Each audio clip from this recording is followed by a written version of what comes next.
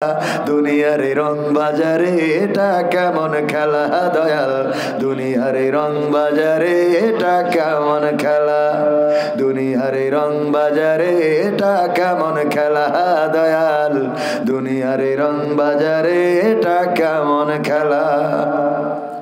ভাঙা ঘরে দিন কেটে যাই বছর ঘুরে যুগ, এই জীবনে পাইলাম না তো একটু ভবের সুখ দয়াল, একটু ভবের সুখ।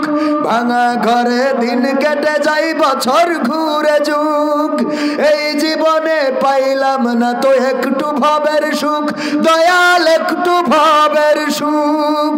ওরে মরলে আসে ঘর বানাতে, ওরে মরলে আসে ঘর বানাতে, করে না অবহেলা, দুনিয়ার রং বাজারে এটা কেমন খেলা দয়াল, দুনিয়ার রং বাজারে এটা কেমন খেলা, দুনিয়ার রং বাজারে এটা কেমন খেলা দয়াল, দুনিয়ার রং বাজারে এটা কেমন খেলা। ওরে মরলে মানুষ দাম বাড়ে তার, মরলে মানুষ দাম বাড়ে তার, বাঁচতে অবহেলা, দুনিয়ার রং বাজারে এটা কেমন খেলা দয়াল, দুনিয়ার রং বাজারে এটা কেমন খেলা, দুনিয়ার রং বাজারে এটা কেমন খেলা দয়াল, দুনিয়ার রং বাজারে এটা কেমন খেলা। কথা ঠিক বললাম না বেঠিক বললাম? এই দুনিয়ায় যে জীবন্ত মানুষের, জেতা মানুষের দাম কম, মারা গেলে তার দাম বাড়ে না কমে? দাম বেড়ে যায়। যদি কেউ পাঞ্জাবির জন্য, একটা জামার জন্য টাকা চায়, যদি কেউ একটা পোশাক কেনার জন্য, একটা লুঙ্গি কেনার জন্য আপনার বাড়ি দরজার সামনে দাঁড়ায়, না দেওয়ার মতো মানসিকতা আমাদের এখনো তৈরি হয় নাই। কিন্তু যদি কেউ মারা যায় আর বলে তার কাফনের কাপড় কেনার টাকা লাগবে, দেওয়ার মানুষ আছে না নাই? তার মানে মরা মানুষের দাম বেশি। এই শীতের সময় কম্বলের দরকার, শীতের কাপড়ের দরকার। অনেকের পায়ে জুতা নাই, ছোট্ট বাচ্চা ঘুরে বেড়ায়। যদি ঢাকা শহরে যান দেখবেন বাস স্ট্যান্ডে, বাস স্টেশনে, রেল স্টেশনে অনেকেই শুয়ে আছে, নিচেই শেখ হাসিনা, উপরে খালেদা জিয়া। আছে না নাই? ফখরুল ইসলাম আলমগীর নিচে, আর উপরে ওবায়দুল কাদের। বুঝেছেন তো এটা কি কি কত? হ্যাঁ, ব্যানার, ব্যানার। হ্যাঁ হ্যাঁ, বুঝতে পারছেন তো? এই ব্যানার একটা বিছাইছে আর একটা উপরে দিয়েছে, নিচেই শেখ হাসিনারে বিছাইছে, উপরে খালেদা জিয়া। এইগুলো নিয়ে শুয়ে থাকে। তাদের একটা কম্বল, একটা পার্টি, একটা এই জাতীয় শীতের কোনো পোশাক যদি কেউ দেয়, ওদের অন্তরাত্মা খুশি হয়ে যাবে, আল্লাহর আরশ খুশি হয়ে যাবে। এটা করার মানুষ পাওয়া যায় না। চিকিৎসার জন্য যদি কেউ টাকা চায়, দেওয়ার মতো মানুষ নাই। কিন্তু তার যারা যারা দাফন কাফনের জন্য দেওয়ার লোক আছে না নাই? যদি কারো ঘর পড়ে যায়, ঘর ভেঙে যায়, ঝড়ে উড়ে যায়, আর যদি বলে একটা বাঁশ দেন আমার ঘরটা ঠিক করব, যদি আমার ভাইকে বলে ভাই ঝাড় থেকে কি বাঁশ দিয়ে, এই মাসে ঝাড়ে বাঁশ কাটা আরাম, তুমি জানো না? হাদিস দেখাবে যে এই মাসে ঝাড়ে বাঁশ কাটতে, এখন কুড়া বের হবে। কি বের হবে? কুড়া বের হওয়ার সময় বাঁশ কাটতে নেই, বলে না ভাইজান? এখন বাঁশ কাটা যাবে না ঝাড়ে। কিন্তু যদি কেউ মারা যায়, তার কবরের বাঁশের অভাব পড়েছে, এমন কোন কবর কি দুনিয়ায় হয়েছে? না, হয় নাই। সবাই বাঁশ দিতে রাজি। ওগো আমার ভাইয়েরা, এই জন্য আমি বলেছি মরা মানুষের দাম বেশি, জেতা মানুষের দাম কম। ঠিক তো? অথচ জীবন্ত মানুষের দাম বেশি দেওয়ার দরকার। আজকে এখানে আমরা যারা এসেছি, চেষ্টা করব আমাদের যতটুকু, এখানে এই যে যুব সংঘ মাহফিলের আয়োজন করেছে, তারা সামাজিক কাজ করে থাকেন, আমি ওদের ব্যাপারে আলোচনা করব। কিন্তু মানে আগেই এইটা বলছি যে ওরা যে সামাজিক কাজ করে, সামাজিক কাজের সাথে ব্যক্তি অবস্থান থেকে আমাদের মানে যতটুকু পারা যায় সহযোগিতা করার পাশাপাশি নিজেরাও এই কার্যক্রম চালিয়ে নেওয়া দরকার। বলেন ঠিক না বেঠিক? এতে করে কি হবে? আল্লাহর আরশে আজিম খুশি হয়ে যাবে। একজন জুতা কালি করে দিলেন আমাদের গাবতলী বাস স্ট্যান্ডে, গাবতলী বাস স্ট্যান্ডে একজন হিন্দু ছোট্ট বাচ্চা। তো জুতা কালি করে দেওয়ার পরে বললাম বিল কত হয়েছে? কইলো 30 টাকা মনে হয়। আমি ওরে দিলাম 50 টাকা। ও 20 টাকা ফেরত দিতে গেল। আমি ওরে বললাম যে 20 টাকা তুমি রাখো। এই 20 টাকা ওরে রাখতে বলছি, এটাতেই ওর চোখে পানি চলে আসছে যে কেউ এভাবে বলে না তো, কেউ এভাবে দেয় না তো। অথচ মাত্র 20 টাকা। কয় টাকা?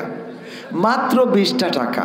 অথচ চায়ের দোকানে বসলে আমি বলি মাঝে মাঝে যে আমাদের যেভাবে যত্ন আপ্যায়ন করেন, এই যে এত কিছু কি খাওয়াইলো, মাছ, ছোট মাছ, বড় মাছ, গরুর গোশ, মুরগির গোশ, হাঁসের গোশ, হাতির গোশ, উটির গোশ, ভেড়ার গোশ, ঘোড়ার গোশ, গড়ের সব হুজুরদের খাওয়াইতে হবে। কেন হুজুরা খায় না? এত খাওয়াইতে হবে কেন? অল্প আয়োজন করবেন, কোন রকম শাক সবজি, কচু শাক, এই শেষ। হ্যাঁ,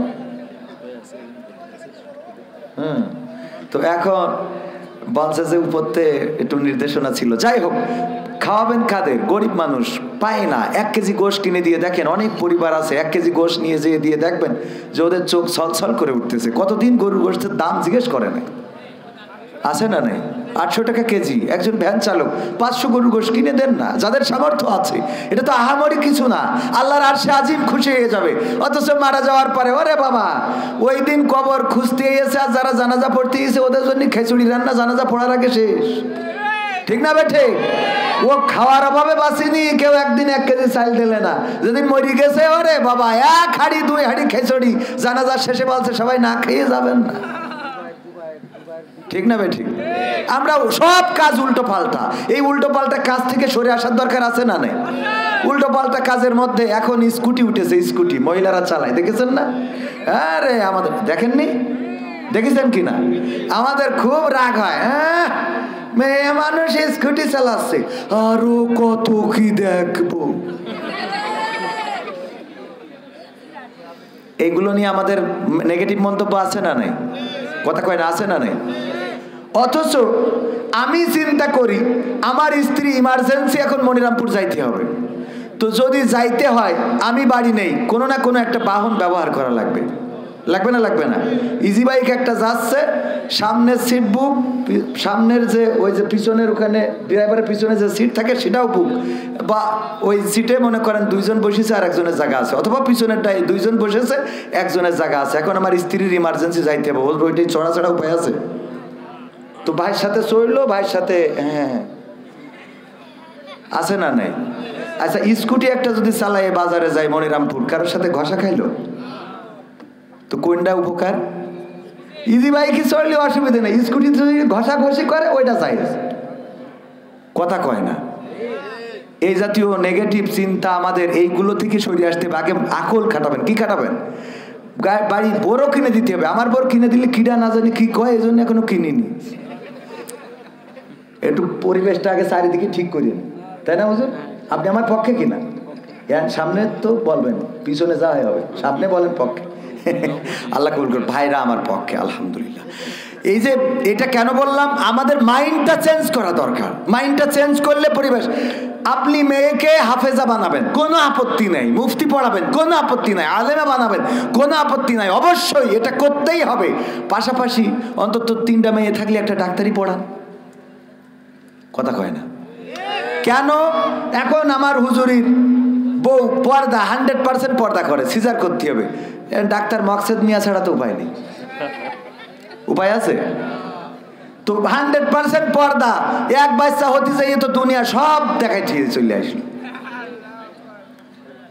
এই সত্য বলছি না মিথ্যা বলছি? তো সব আলেম বানালেন, ডাক্তার তো পড়াচ্ছে সব হিন্দু, বৌদ্ধ, খ্রিস্টান, এইগুলো যারা ওরা গুরুত্ব। হিন্দুরা তো আর আলেম হতে আসে না, আসে? ওরা তো আর মাওলানা মুফতি হতে আসে না, আসে? তো ওরা কি করেছে দেখলো, আমাদের তো আর হাফেজ টাফেজ হওয়া লাগবে না, তো আমরা এই ডাক্তার হই। দেখবেন বড় বড় ডাক্তার হিন্দু, খেয়াল করি দেখেন। এরপরে শুধু তাই না, আরো তো বাংলাদেশের ডাক্তার কইছে যে তোমার তেজ মারা সারা, এবার যা মনে চাই খাও।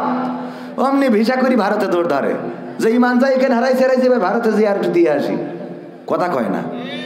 সত্য না মিথ্যা?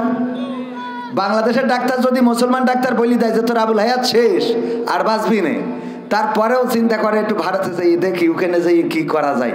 ওখানে যাই না নামাজ পড়ার জায়গা আছে, না সামনে সিজদায় দাঁড়াবেন তাও মূর্তি, সেখানে যাইও মোটামুটি আজ যেটুকু ইমান ছিল ওটুক থেকে চলে আসে। তাহলে তুই একটা ভালো ডাক্তার, একটা হাফেজে কোরআন, আমাদের এখন তো জেনারেল শিক্ষা হয়েছে, আমার আকিজ কলেজিয়েট স্কুলে ডাক্তারও পড়ে আবার কোরআনের হাফেজও হয়। আপনারা দেখে এসেন আকিজে কোরআনের হাফেজ, কিন্তু জেনারেল মানে মাদ্রাসায় পড়ে না, আবার কোরআনের হাফেজ, ম্যাট্রিক পাস করতে করতে হাফেজে কোরআন। তার মানে আমি মাদ্রাসার বিরুদ্ধে নিরুৎসাহিত করছি না, অবশ্যই পড়াবেন, কিন্তু এগুলোকে আমাদের মাইন্ড সেট আপটা চেঞ্জ করতে হবে যে এইটা ওর মেয়ে ডাক্তারি পড়ছে, নষ্ট হয়ে গেছে। কেন নষ্ট হয়েছে? ও ডাক্তারি পড়ছে তোর পরিমাণ রক্ষার জন্য। কথা কয় না? কারণ তা না হলে তো পর্দা তরক হয়ে যাবে। আল্লাহ আমাদের সহি সমজ দান করুন, বলেন আমি।